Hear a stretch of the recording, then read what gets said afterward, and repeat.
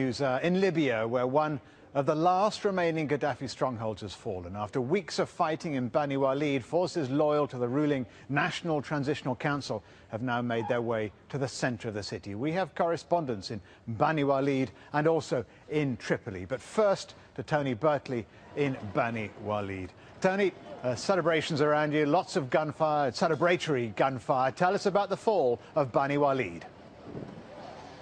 Well, it's all happened so quickly. This is the town that they thought would take the longest to fall. In fact, it's fallen before Sirte, where there's still resistance.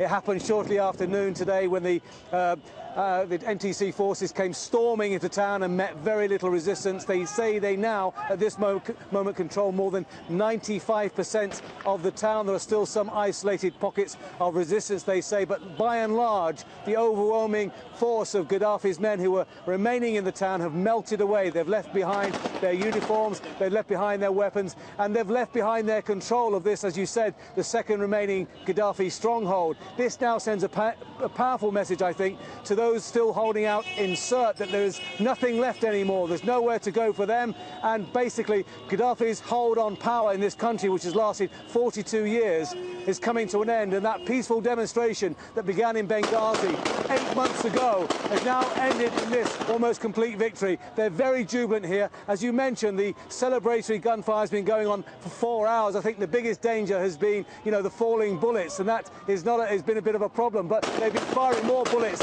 in the last 4 hours than they have, I think, from 3 months of battling here. But there's tremendous jubilation here, tremendous relief also, and they have paid a price because they've lost a number of fighters, 40 in the last 3 days and more than 100 wounded. But they believe it's a price worth having paid, and they believe that in the end they will catch Gaddafi, and Gaddafi will then stand trial to answer for his crimes, as they say. But today it's a very, very triumphant moment here. The euphoria, I can't actually describe it. The gunfire now is at the lowest ebb that it has been, but it's been at a crescendo of fire and jubilation. So many very happy people.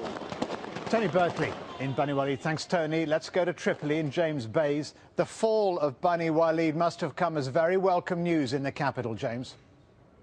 Welcome news. I think the news is, though, just filtering to the capital, and so far a restrained response from the National Transitional Council. They're telling us they know that there is positive news coming from Bani Walid, but they're trying to get all the information, and they've not put out a formal statement at this stage. As Tony said, they were always concentrating on Sirte. When Sirte fell, that was going to be the moment they said that this country had been, in their words, liberated. Of course, that hasn't come yet, and that's not what they expected. They expected that Sirte was going to fall first, then Bani Walid.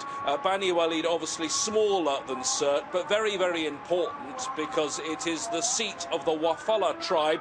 They are the biggest tribe in Libya. We have, as the sun is going down here in the last half hour, began to hear some gunshots in the air, some car horns being sounded, and I suspect as the news gets to those people who've probably been at work, most of them during the day, there'll be more celebrations in the coming hours.